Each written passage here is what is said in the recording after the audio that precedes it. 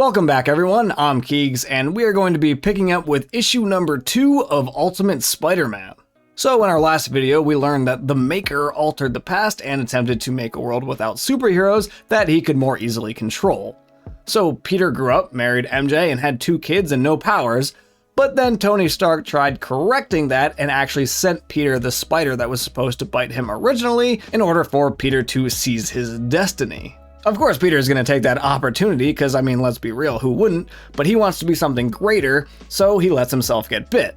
And the rest is up to him to kind of figure out what to do next. Which is exactly how he starts in this issue. He's just swinging around trying to figure out what exactly he can do now, learning that he's strong and sticky, has amazing reflexes, and a supernatural awareness of his surroundings. Maybe most importantly too is that he is now more durable and can really take a beating. But also in the meantime, he does actually need to make some money, so why not take a picture of himself and sell it to the Bugle?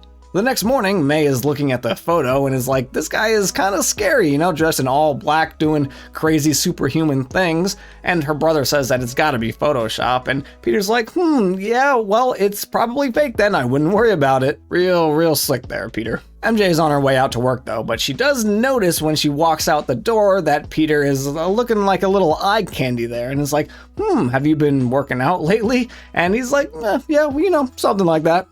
Ben Parker is talking with J. Jonah Jameson about their new business that they're starting up, and he mentions that a guy that owed him a favor told him that there have now been 3 attempts on Wilson Fisk's life by some green costume dude on a hoverboard. Of course, now that Fisk owns the Bugle, there are no reports or articles drawing any attention to this, and instead they're just running some papers about some other random dude in an all-black suit. I wonder who that is.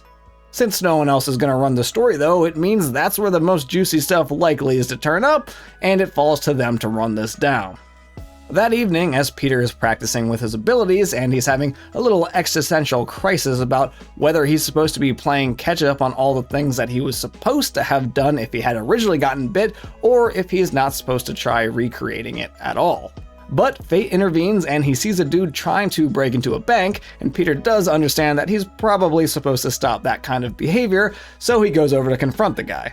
Funny enough, the dude does take a minute to be like, who are you? And Peter's like, you know, I'm not sure about that either, I was just asking myself the same question.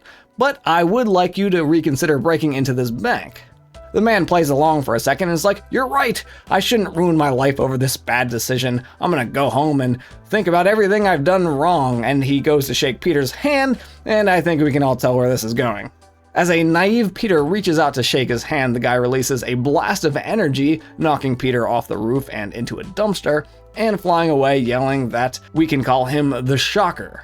Peter goes home and, like a fool, doesn't take off his costume, but it does appear that this suit is actually capable of, like, dissolving and reforming itself, which seems absolutely awesome. I really hope they dive a little bit more into the tech of that costume, because, I mean, come on, that's pretty sweet.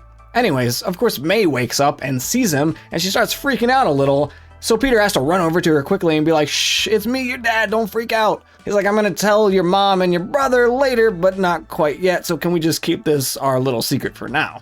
Slash over to Wilson Fisk's office. He's talking to a mysterious man and telling him that he's under siege and taking steps to correct the problem, but feeding the public a different narrative so they don't ask too many questions about all the explosions happening around them.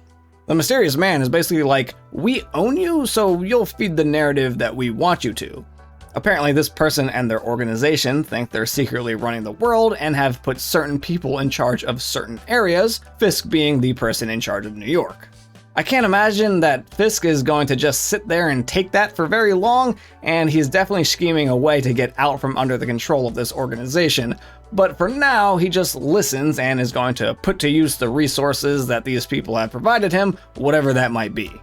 Later, Peter runs into the Shocker again and has a brief skirmish, but the Shocker is about to actually lose the fight, he thinks, so he's quickly like, no, wait, hold on, I'm doing all this for my sick wife, please no. And our favorite gullible new superhero believes him for a split second, but then realizes that he's just making it all up. But before he can actually do anything or react to it, the Shocker blasts him off the roof for a second time. The Green Goblin, meanwhile, is just standing around watching the encounter, no doubt wondering what the heck is going on. But Peter finally makes it home and sees a note left on the fridge by May of a drawing of the magic spider that bit him, and of course, she thinks the spider was blue and red, so I can definitely see a costume design alteration coming imminently. But that is going to wrap up issue number 2. We're almost to the point where Peter is going to become a true vigilante, and I just can't wait for that. Stay tuned for issue number 3. I'm Keegs, and I will catch you all next time for some more Spider-Man content.